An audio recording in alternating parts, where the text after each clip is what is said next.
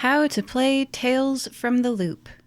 Hi everyone, this is a special How to Play episode of Fire Breathing Kittens podcast. I'm the game master for an upcoming session using the rules for Tales from the Loop. This episode is a summary of what I learned after reading the rulebook. Hopefully this will be a handy guide for how to play for my players, will help me organize myself, and will be useful for you listeners too who are looking to play your own Tales from the Loop game at home. I'll organize this How to Play guide into 5 sections. 1. Game category. 2. Combat rules. 3. The broken condition. 4. Attributes and skills. 5. Building an example character. Game category. Tales from the Loop is a game where the players roleplay as 10 to 15-year-old kids solving a mystery in an alternative history version of the late 1980s. The town you live in has an advanced science facility whose adult employee researchers are investigating a powerful phenomenon. What the scientists have learned is out of reach from the kids, and the parents don't talk about their work with their children. Effects from the artifact they are working on have spilled out into the town, though, including escaped robots, gravity distortions, and time loops. You and your friends seek to escape the never-ending homework and nagging parents of your dull everyday life to take part in something meaningful, magical, and possibly a little bit dangerous. You risk being injured, imprisoned, broken-hearted, or changed by the troubles you overcome to solve the mysteries that have captured your fascination. But in general, although the land of the loop is dangerous, kids cannot die in this game. Combat in Tales from the Loop involves describing what you're trying to do and then rolling multiple 6-sided dice, also called D6, to see if any of the rolled numbers were a 6. If one or more of the dice show a 6, that's a success at normal difficulty. You rolled a 6, so you accomplished what you were trying to do. If none of the dice show a 6, that's a failure.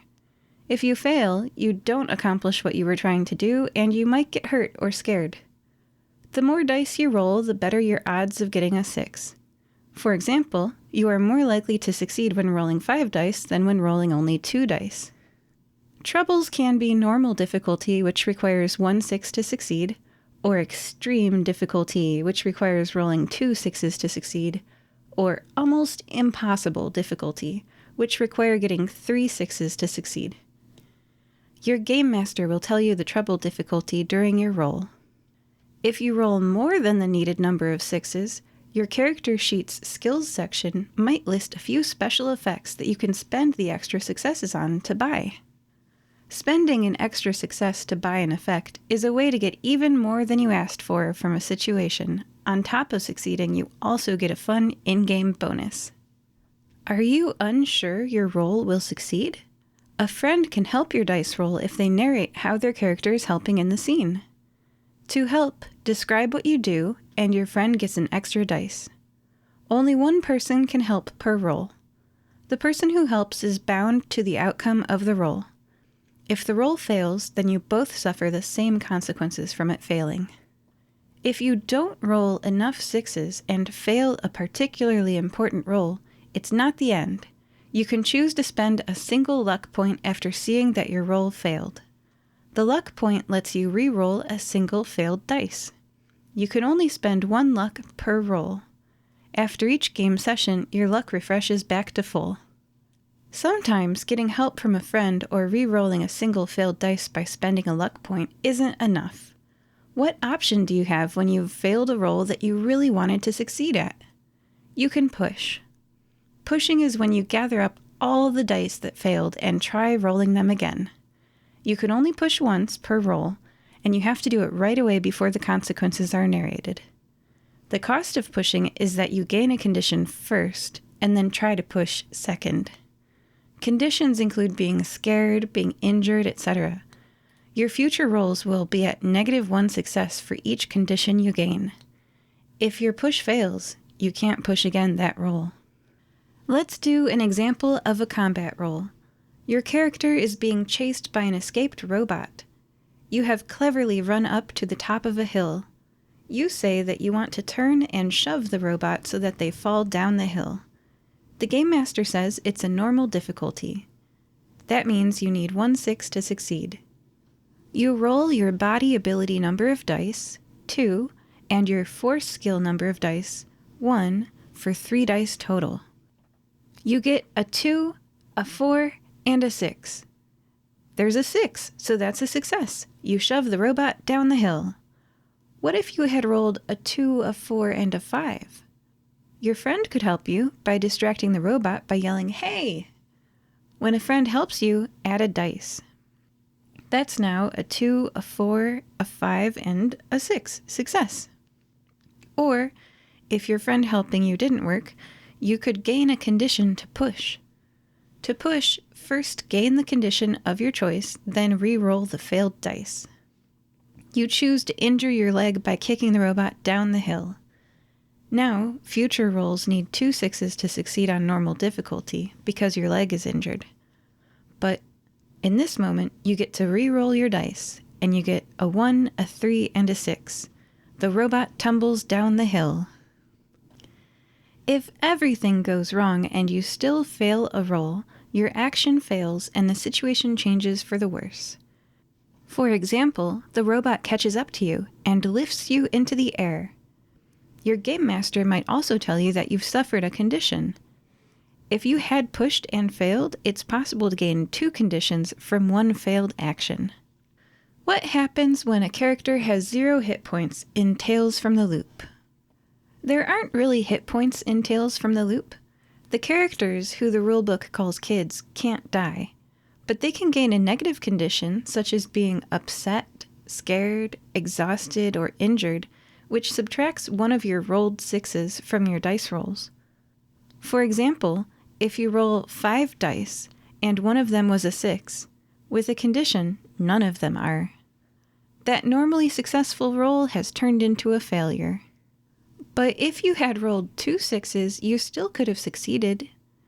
Each new condition you accumulate is another -1, another 6 removed from your dice rolls. That means -1 for the first condition, -2 for the second condition, etc. Having 3 or 4 conditions means it's pretty unlikely you'll succeed at anything you do, so consider pausing the adventure to heal. If you ignore that and keep going and gain a 5th condition, that one is special. The 5th condition you gain is called being broken. Broken characters automatically fail on all rolls and need to go get healed. You can heal by going and seeing your anchor person, and by role-playing a scene with your anchor person of how they help you. Attributes and skills. Every Tales from the Loop character has 4 attributes and 3 skills per attribute. You can think of attributes as general categories, and you can think of skills as specific ways to apply that general category. When you try to do something in the game, success or failure will be determined by rolling the number of dice you have in the best matching attribute and skill, and seeing if any of the dice rolled a 6. Attributes are like general categories of things you're good at, and skills are specific ways to apply what you're good at to what you're trying to do. There are 4 attributes: body, tech, heart, and mind. Body is how good your character is at jumping, running, sneaking, and climbing. Tech is how well your character understands machines, robots, digital locks, and programming. Heart is your character's willingness to make friends, trust the right people, persuade others, and be believed when lying. Mind is your character's ability to find weak points, understand situations and creatures, solve riddles, and have the right background knowledge at the right time. So body, tech, heart, and mind are the 4 attributes. Each attribute has 3 specializations called skills. For the body attribute, the skills are sneak, force, and move. You can use your body to be stealthy or to be strong or to run fast. There are different ways to apply your body attribute.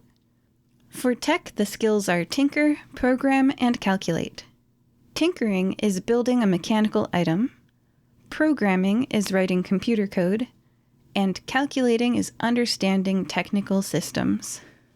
For heart, the skills are contact, charm, and lead. Contacts are who you know and can network to.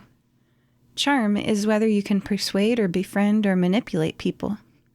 Lead is your ability to make scared or sad or confused people follow your advice. For mind, the skills are investigate, comprehend, and empathize. Investigation can uncover hidden clues. Comprehending means you have the right piece of information at your fingertips. And empathizing is the ability to understand what makes someone tick and what their strengths and weak spots might be. Each point you have in the attribute and skill that best match what you're attempting to do will give you 1 dice to roll. Add up your points in the general attribute and specific skill, and that's how many dice you roll. For example, if you want to investigate to find a hidden clue, you would roll the number of dice you have in your mind attribute, and the number of dice in your investigate skill. If any of them show a 6, you found the hidden clue. If you want to charm a non-player character, you would roll the number of dice you have in your heart attribute, and the number of dice you have in your charm skill. If any dice show a 6, you charmed them well. If you want to adjust a robot's exoskeleton, you would roll your tech attribute's number of dice, and also your tinker skill's number of dice. See a 6 on the dice? Success! You adjusted that robot's exoskeleton. If you want to sprint away from a growing sinkhole, you would roll your body attribute points number of dice and your move skills number of dice. If any of your dice are a 6, you accomplished your goal of what you were trying to do. When you build a character in Tales from the Loop, you will be building the 10 to 15-year-old version of your character. This is explained because the game features time loops, so if your character is normally older, imagine you've gone back in time to a younger version of yourself. There are 14 choices to make when making a character. You will choose your type, age, attributes, luck, skills, iconic item, problem, drive, pride, relationships, anchor, name, description, and favorite song. Type is similar to class in other games and includes bookworm, computer geek, hick, jock, popular kid, rocker, troublemaker, and weirdo.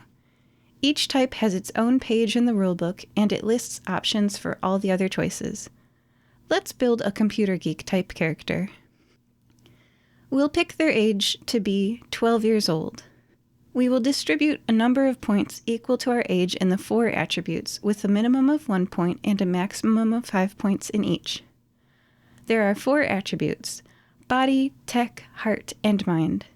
Body is how good your character is at jumping, running, sneaking, and climbing. Tech is how well your character understands machines, robots, digital locks, and programming.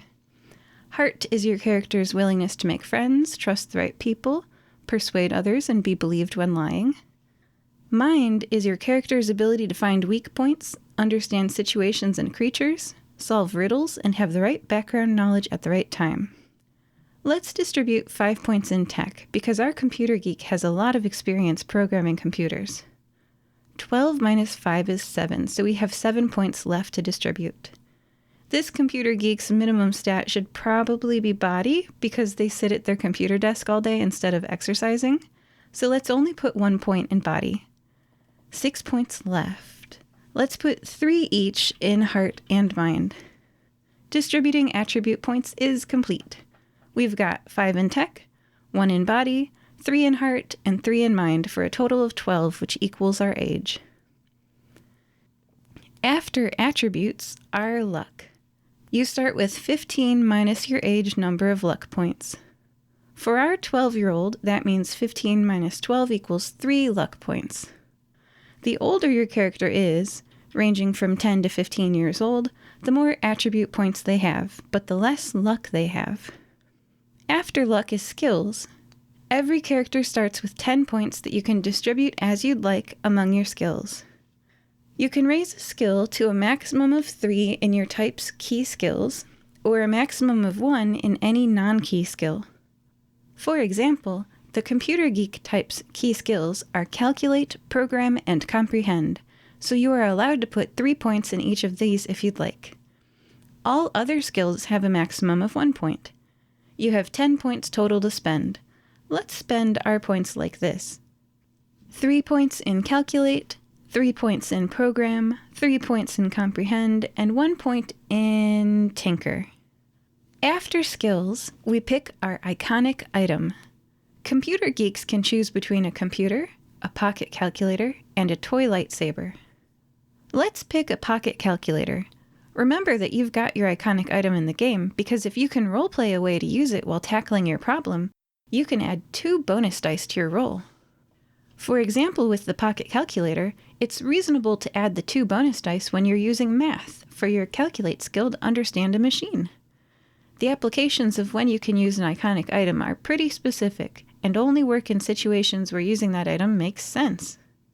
If the iconic item was a skateboard, you could add 2 bonus dice when using your move skill on the ground, but not when using your move skill to climb a tree. Skateboards aren't helpful when climbing trees. After iconic item, we pick a problem.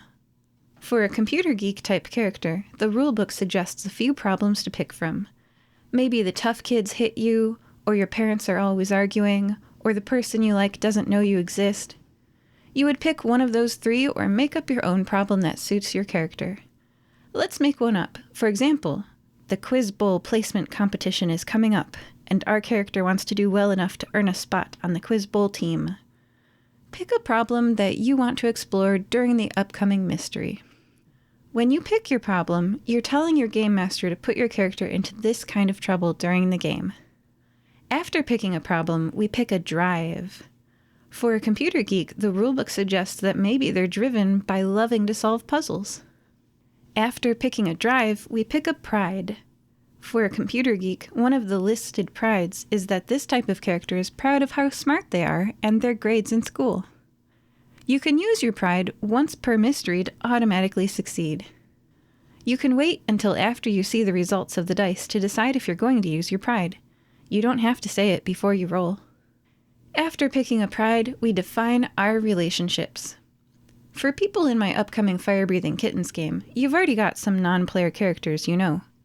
For people playing Tales from the Loop at home, there are some suggested NPCs, like a friend, Lena, who told you that strange creatures have moved into the cooling towers.